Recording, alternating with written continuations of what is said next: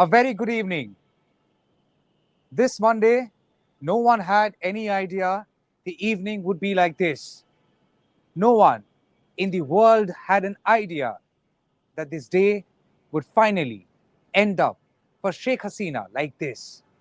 But as the famous adage says, and if what you hear from the streets of Bangladesh and Dhaka, quote unquote, every dictator falls.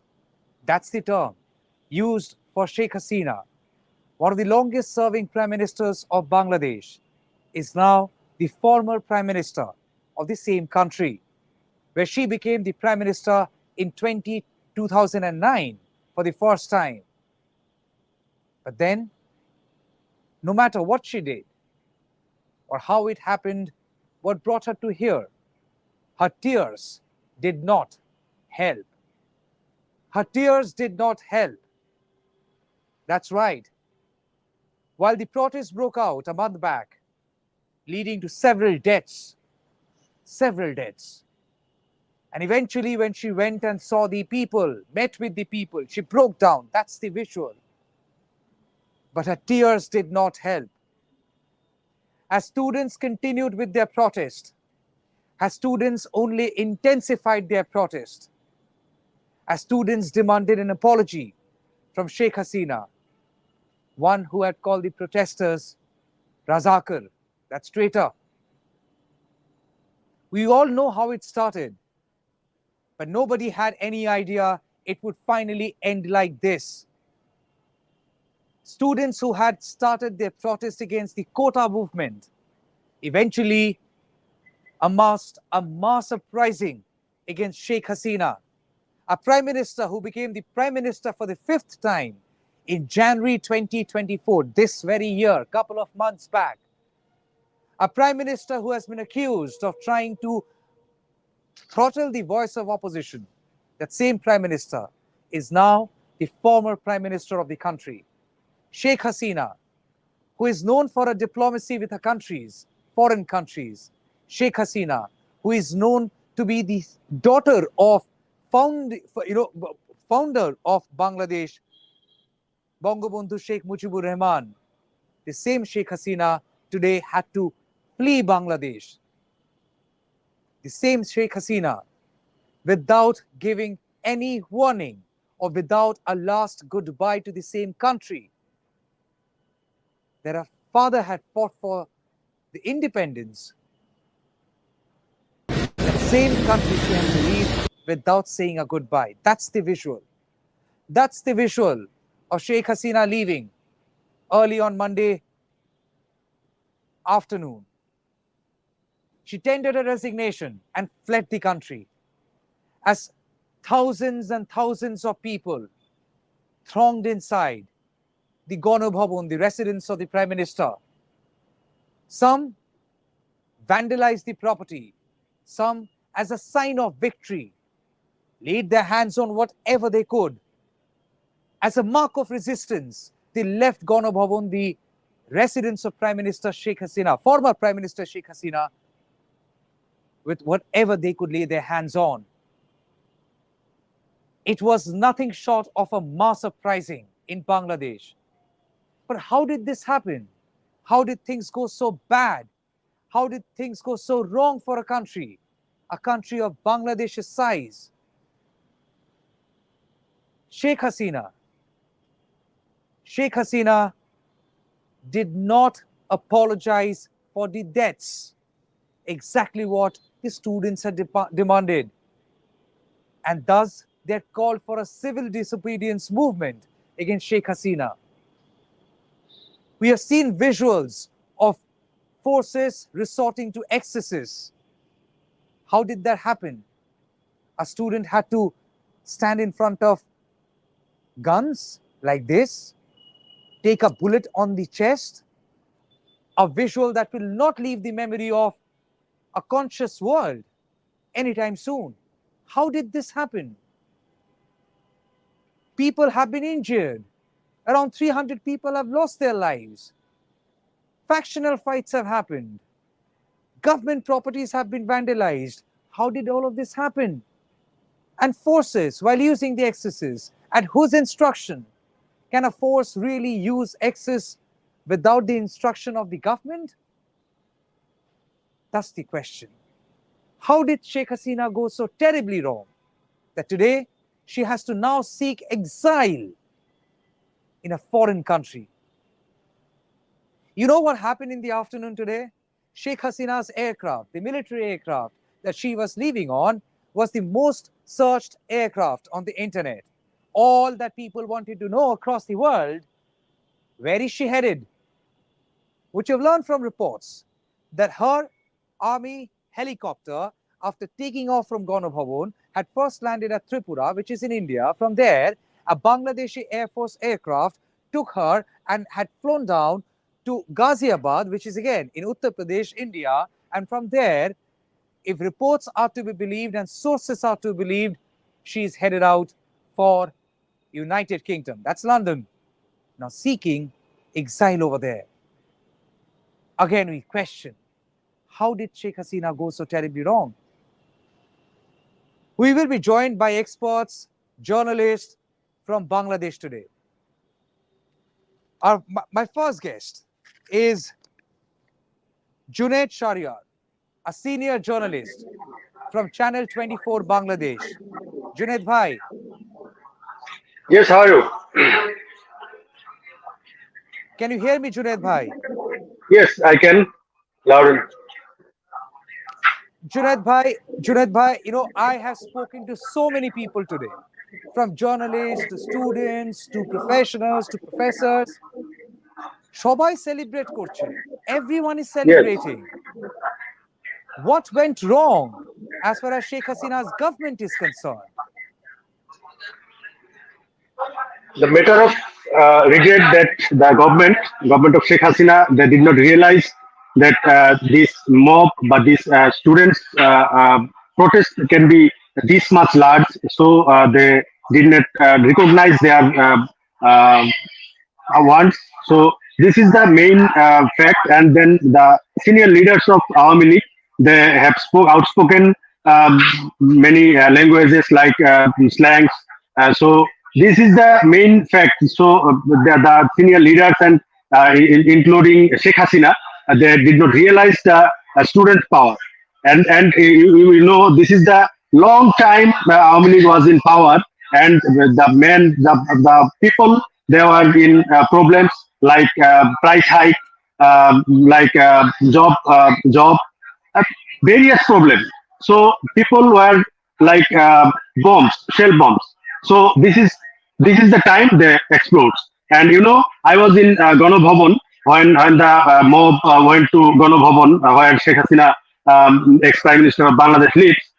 There, I saw people like they are. There was a terrible situation. There was a terrible, horrible situation. You know, these pictures I have seen in my own eyes. This is what can I say? Like I cannot explain to you what public and what students and general people are did in Ganabhavan. And you know, they now the situation in this night when I'm talking to you, this situation is not good. I mean, the students, they are asking people not to vandalism, not to harm the government properties. But this is the time the other parties, I don't know who are there. They are entering Ganabhavan. They are attacking DC office, SP office, various government officials' house, and the leaders of Awami League home. Their home is being attacked and vandalized. So this is the situation right now, Tamal. So in other aspects, I can update you later.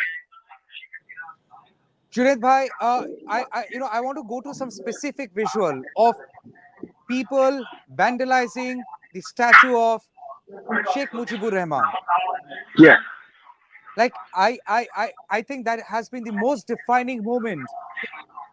The Yeah, father of the this is what nation. happened. You know, Tomal. This is what happened. You know, when a long regime runs, and when Sheikh Hasina government was in power, they are suppressed people, and they made an image of Bangabandhu or Sheikh Mujib like he is not a hero.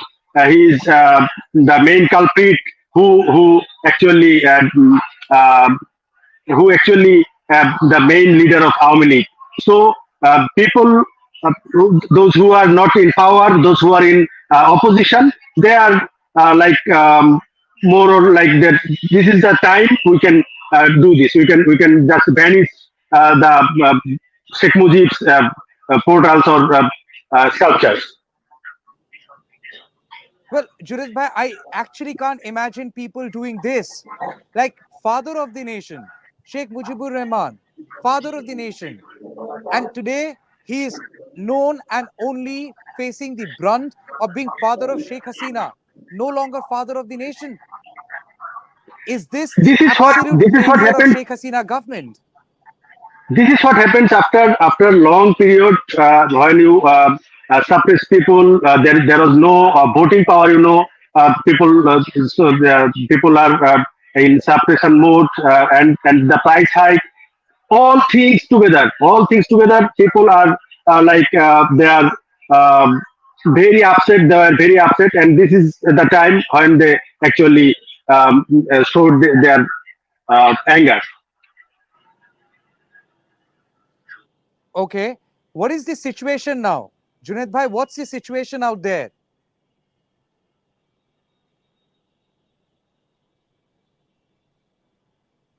Is is he there? Okay, so we will just stick to these visuals. Imagine these are the visuals which have come from Bangladesh, from Dhaka today. How people have expressed their anger. That's the statue of Sheikh Mujibur Rahman, which is literally being vandalized by the protesters. The same protesters who had led a protest against Sheikh Hasina's government over the quota movement, demanding that the 30% quota policy has to be scrapped after the High Court's order. They eventually was amended by the Supreme Court. But what has happened in the process? In the process, so many people have lost their lives. So many people have lost their lives. And now, the same protesters had demanded for accountability. You call them Razakar, you call them traitor, they are people who have lost their lives. Somewhere the accountability has to be fixed. And thus the civil disobedience movement was called. And look where things are in Bangladesh. This is what the army chief of Bangladesh, Wakir uz Zaman, had said today after formally announcing that Sheikh Hasina has tendered a resignation and that there would be an interim government very, very soon. Listen to him.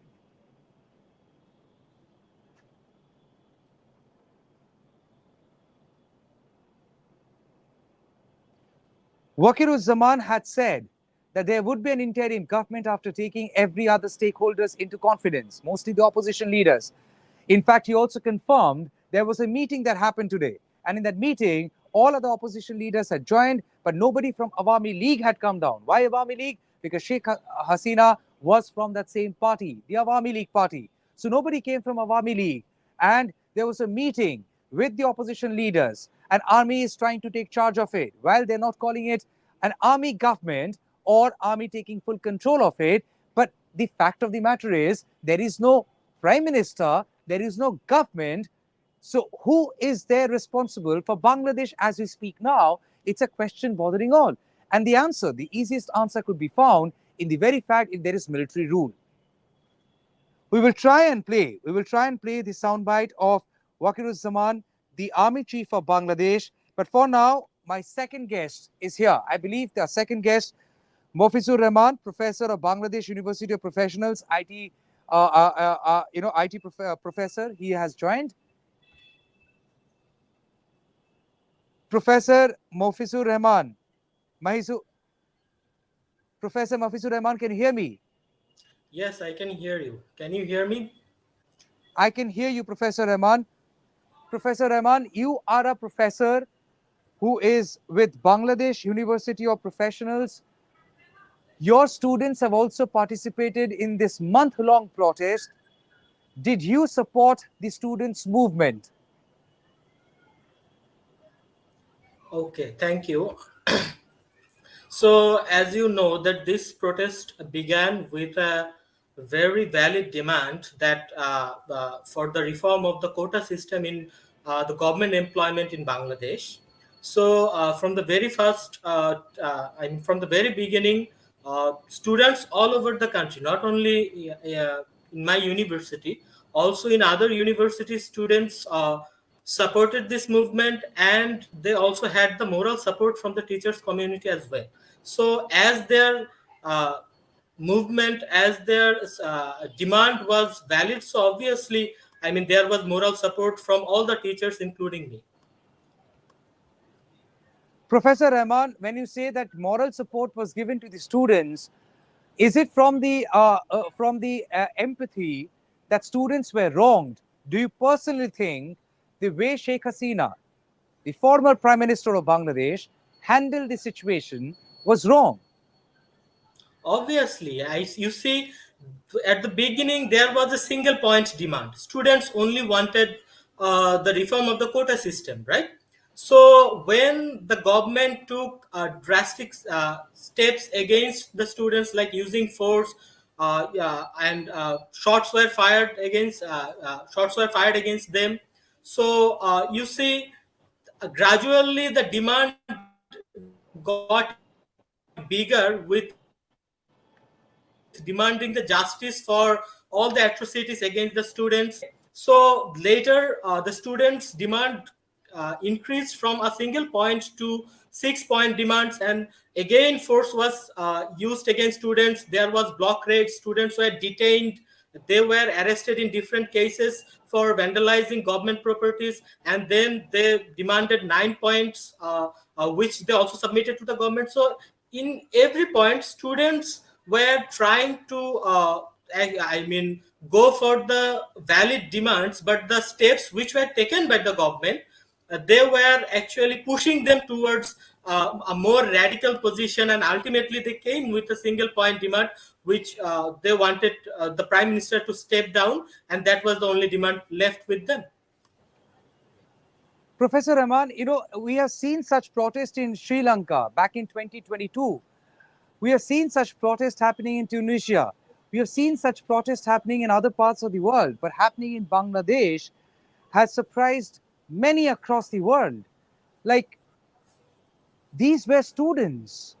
You think the Hasina government went wrong in not being able to control the factional fight between students patronized by Awami League, that is Chhatru League, and students not belonging to any political party or students belonging to other political parties?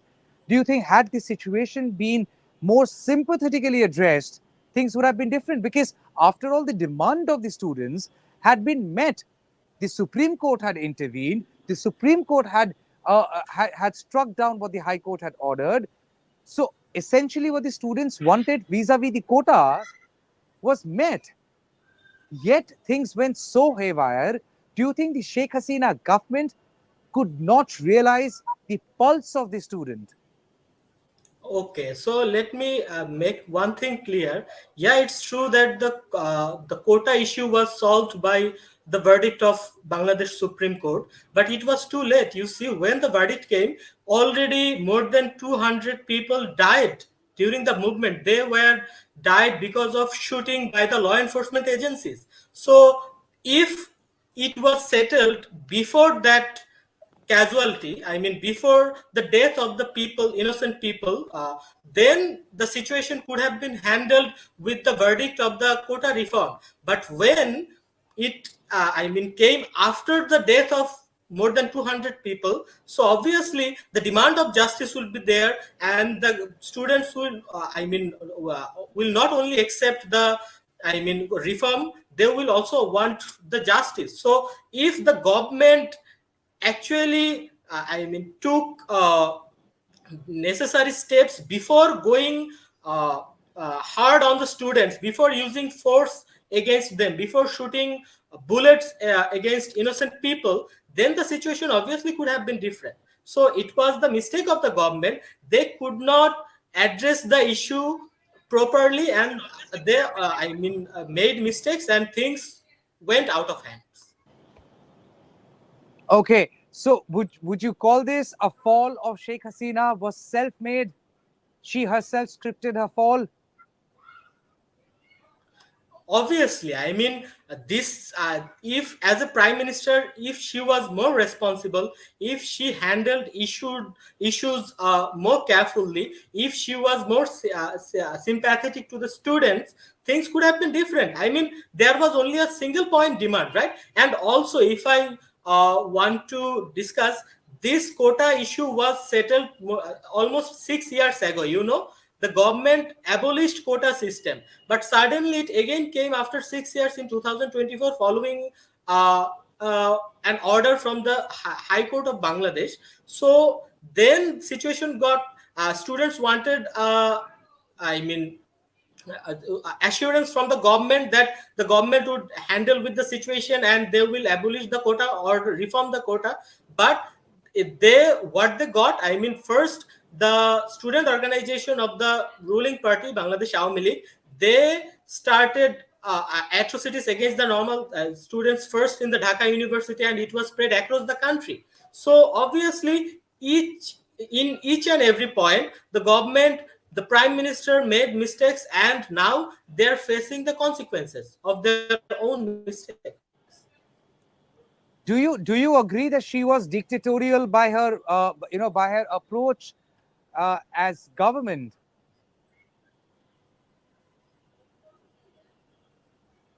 Sorry, I could not hear your last question, Tamal. I could not hear you. Would you say that she was dictatorial by her approach as government? Obviously, if she had more democratic approaches towards the students, discussing with them, accepting their demands. It was the demand of the students of the country. It was not submitted by the students of a particular political party or a particular group. It was the demand of the general students across the country. Democratic approach from the government, from the prime minister, obviously things could have been different. And the approach she adopted, obviously, it indicates towards a dictatorial approach. All right, Mr. Rahman, what's the future now? I'm very curious to know what's the future of Bangladesh now. Bangladesh is Okay, so is the only country tonight as we speak that doesn't have a prime minister. We don't know who is controlling the government. So what's the future? the future, if we want to talk about, is, as the chief of the army staff has said, that there will be an interim government, and the government formation is processing and it's developing. So it's too early to predict that what would be the future. But as of now, I can assure you that the demand of the people have been met. There was a single point demand, that is the people wanted Sheikh Hasina to step down, and it happened. So now the armed forces and the civil society of Bangladesh, they have to come together. Also the students, they are the biggest stakeholders. You see, this is the consequence of their successful protests. And as far as I know, that every stakeholder who have participated in this successful movement, they will be involved in the government formation. So it's too early to predict that what would happen in the future, but I would expect that whatever the formation of the interim government is, they will arrange a free and fair election soon, and after that Bangladesh can again have a democratic government, because interim government is not a long term solution. You see, it can handle the current situation and make stages for the democratic government again in the future. Okay, Mr. Rahman, before I let you go, would you, as a professor, be able to forgive and forget? Would you be able to forget what happened in Bangladesh? And will you be able to forgive Sheikh Hasina? Okay. So you see, the things which happened in the last couple of days, it can never be forgotten. I must say that. I mean, we have seen massive atrocities against innocent people. What they wanted were only some valid demands which could have been met easily by the government. But due to their dictatorial approach and also the use of force against the civilians, things got messy, and now we are in this situation. So obviously, I would say that things which happened cannot be forgotten, and this must be part of the history of the country. And this is no less than the uh, period of independence which we got in 1971. In 2024, people also accept it as a very big milestone for the country. I mean, getting their demands met with the with the step down of Sheikh Hasina. But if I want to say about forgiving, obviously it's not I mean, it should not be there, because uh, she as a prime minister cannot go beyond the accusations, I mean, of killing, I mean, hundreds of people, innocent people, and they were killed with the aid of the law enforcement agencies. And as the prime minister, she cannot be forgiven, that I can say. And she must held responsible for all the death, for all the atrocities, because if she was more approachable, if she had a more democratic approach, if she was more lenient towards the students, all these things could have been avoided, you see. But now things happen, so obviously, I mean, things which happen cannot be forgotten, neither they can be forgiven. Okay, Mr. Rahman, I saw a couple of videos of Sheikh Mujibur Rahman, father of the nation, his statues, his plaques being destroyed, vandalized by people. We have seen violence. We have seen arson. How are things now? Have tempers now cooled down a bit? Okay, so as you can understand that after such a, revolution, after such an, such a long march, people would try to celebrate and all. But I don't back the, demolishing the statue of Sheikh Mujibur Rahman or any government or private property. This has to be, condemned. This has to be criticized and addressed. But I mean, things went beyond control. You can understand that almost a crore people came into streets today celebrating the, I mean uh, the resignation of the Prime Minister Sheikh Hasina. So things went beyond control at some places, and these actions must be condemned. They must be addressed, because we cannot justify such vandalizing statues or properties or anything. So right now, I think with time, things will be under control, and people will, think about the future and also contribute towards the, path contributes towards, the democracy again. Well, Mr. Rahman, thank you so much for your time. We would connect once again. But the kind of visuals that you've seen, they were quite worrying in the past couple of days, weeks, more than a month. And young people across the world had been quite worried about what's happening in Bangladesh. There had been solidarity protest march in different parts of the world. Well, Mr. Rahman, I thank you for your time.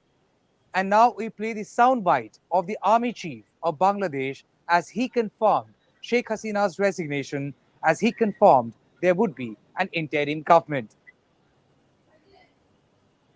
সেখানে আমরা সিদ্ধান্ত নিয়েছি যে একটা interim government আমরা form করব এবং interim গভর্নমেন্টের মাধ্যমে এদেশের সমস্ত কার্যকলাপ চলবে। আমরা এখন মহামান্য রাষ্ট্রপতির কাছে যাব, যে এই ইন্টারিম গভর্নমেন্ট ফর্মের ব্যাপারে ওনার সাথে আলাপ আলোচনা করে আমরা ইন্টারিম গভর্নমেন্ট ফর্ম করে দেশ পরিচালনা করব। আমাকে দেন ইউটিউবের এটা খুলে দেন। আমি আপনাদের কথা দিচ্ছি, সমস্ত হত্যা, সমস্ত অন্যায়ের বিচার আমরা করব। আপনারা সেনাবাহিনীর প্রতি আস্থা রাখেন, সশস্ত্র বাহিনীর প্রতি আস্থা রাখেন। আমি সমস্ত দায় দায়িত্ব নিচ্ছি। আপনাদের জানমাল এবং আপনাদেরকে আমি কথা দিচ্ছি যে আপনারা আশাহত হবেন না। ইনশাল্লাহ আপনাদের যত দাবি আছে সেই দাবিগুলো আমরা পূরণ করব এবং দেশে একটা শান্তি শৃঙ্খলা ফিরিয়ে নিয়ে আসব। আপনারা আমার সাথে সহযোগিতা করেন। দয়া করে আর এই ভাঙচুর, হত্যা, মারামারি, সংঘর্ষ এগুলো থেকে বিরত হন। আমি নিশ্চিত যে আপনারা যদি আমার কথা মতো চলেন, আমাদের সাথে যদি একসাথে যদি কাজ করি আমরা, নিঃসন্দেহে আমরা একটা সুন্দর পরিণতির দিকে আমরা অগ্রসর হতে পারব। সেখানে আমরা সিদ্ধান্ত নিয়েছি যে একটা ইন্টারিম গভর্নমেন্ট আমরা ফর্ম করব।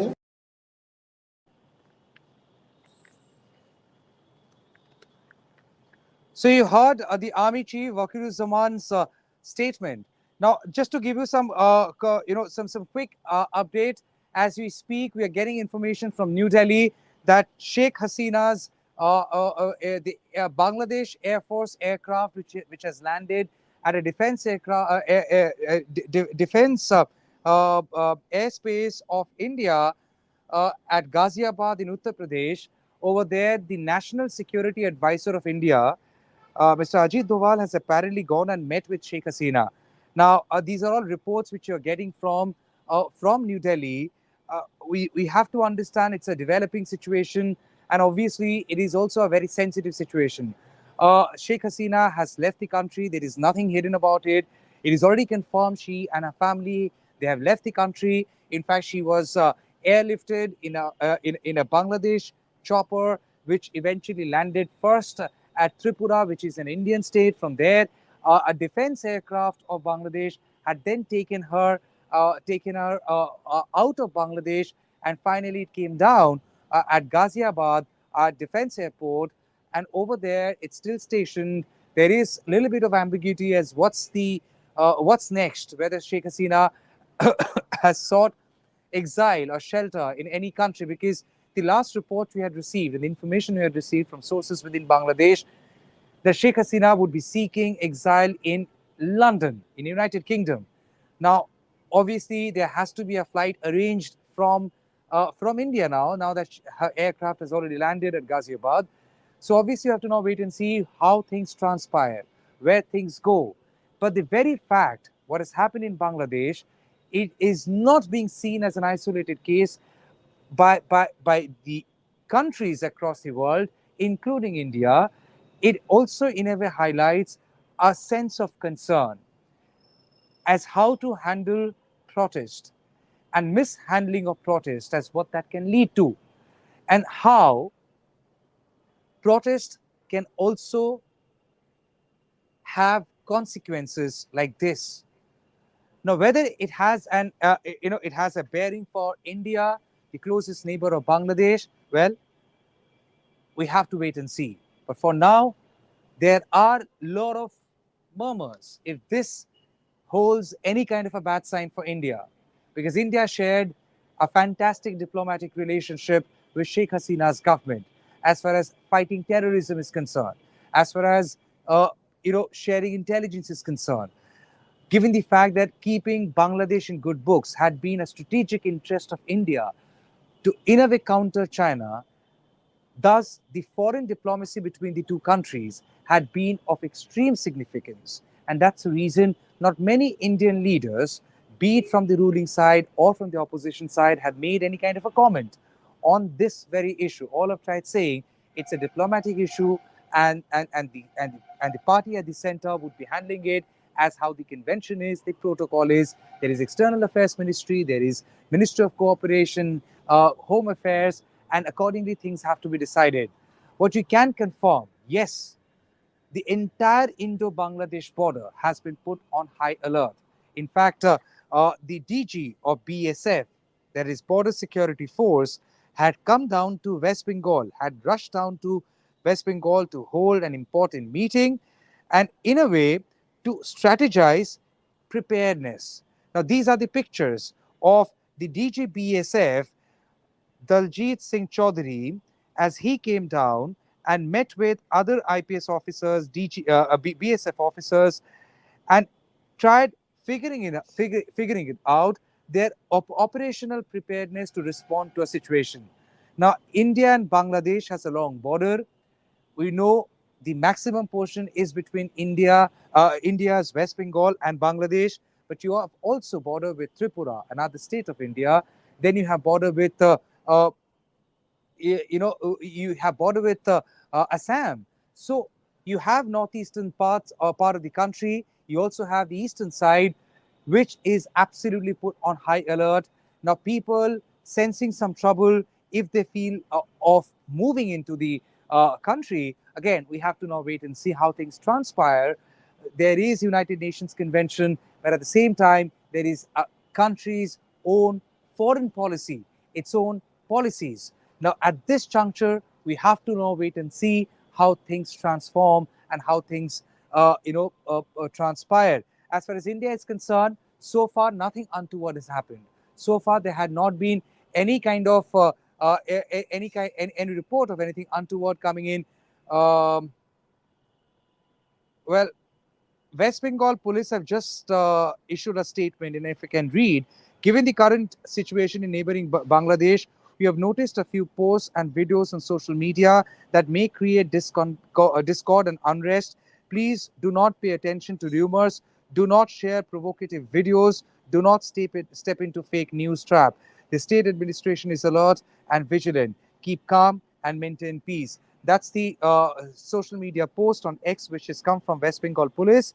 And we also have West Bengal Chief Minister Mamta Banerjee, who has issued a statement urging everyone to maintain restraint, not to indulge in any kind of a propaganda, any kind of hearsay, any kind of provocation, and maintain calm. Yes, it's a fact that West Bengal, being so close to Bangladesh, there could be a spillover. And that's the reason West Bengal Chief Minister has urged every political party to consider the sensitivity of the matter and stay quiet. She said that it is a matter that involves foreign diplomacy, best handled by the union government of the country, and it is a matter of between two union governments, the union government of India, the union government of Bangladesh, and that's the reason she has said that while she will not make any comment on the issue, at the same time she has urged other leaders to maintain absolute restraint. This is what West Bengal Chief Minister Mamta Banerjee had to say.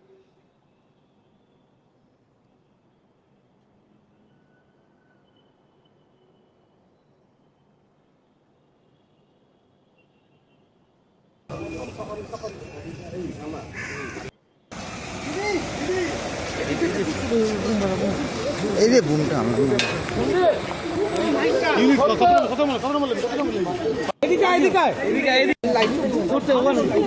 বলবো আপনাদের হাত জোর করে সমস্ত সম্প্রদায়ের মানুষের কাছে শান্ত থাকুন, সুস্থ থাকুন, কেউ কোনো সাম্প্রদায়িকতার মূলক আচরণ করবেন না এবং আইন হাতে নেবেন না।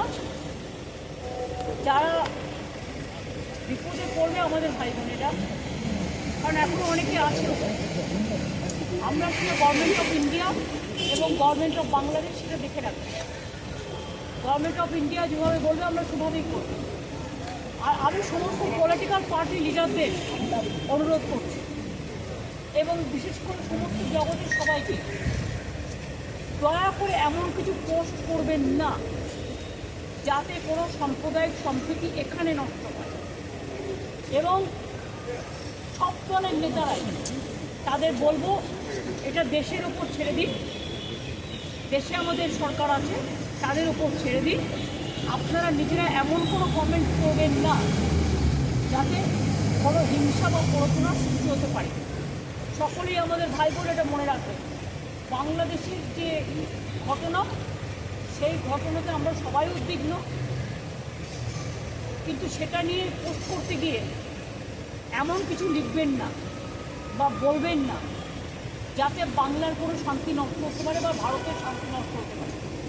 এটা আমি সবাইকে বলবো, ইনক্লুডিং দ্য বিজেপি লিডার, কারণ তারা অলরেডি কিছু পোস্ট করছে যে পোস্টগুলো করা উচিত না বলে আমি মনে করি। আমি আমাদের নেতাদেরও বলবো কেউ কোনো পোস্টই রাখবে, সুতরাং আমি আপনাদেরও বলবো এবং সমাজ জগৎকেও বলবো, শান্তি রক্ষার স্বার্থে আসুন।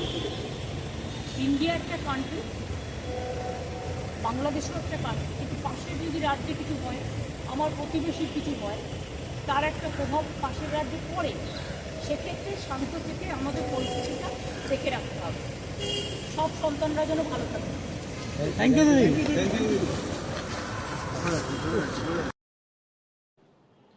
Well, many years back, we had read a story where there was this beautiful line, and it read, "Bad pride is the deadly sin of superiority that reeks of conceit and arrogance." What happened in Bangladesh today, or what has been happening in Bangladesh for the past so many days, as per the protesters, had only and only reeked of arrogance, and thus, possibly, the tears of Sheikh Hasina did not work. Whether there had been any kind of any other factor, we have to wait for some more time. But for now, the fact of the day is Sheikh Hasina is now the former Prime Minister of Bangladesh. As we speak, Bangladesh does not have a government. As we speak, Sheikh Hasina is there in India, inside a defense airport, can't even come out, reportedly seeking asylum and trying to be in exile at a different country. As we speak, the fact of the matter is more than 300 people have lost their lives. Thousands are injured. And as we speak, there are celebrations happening in Bangladesh who call it a victory of people and power of people. Is this a message for the world at large? Again, we have to wait and see. But this happening in Bangladesh possibly would also mean a clarion call for many. We will leave you tonight with the same video, the montage that it started the program with. Students protest. They call it a final closure.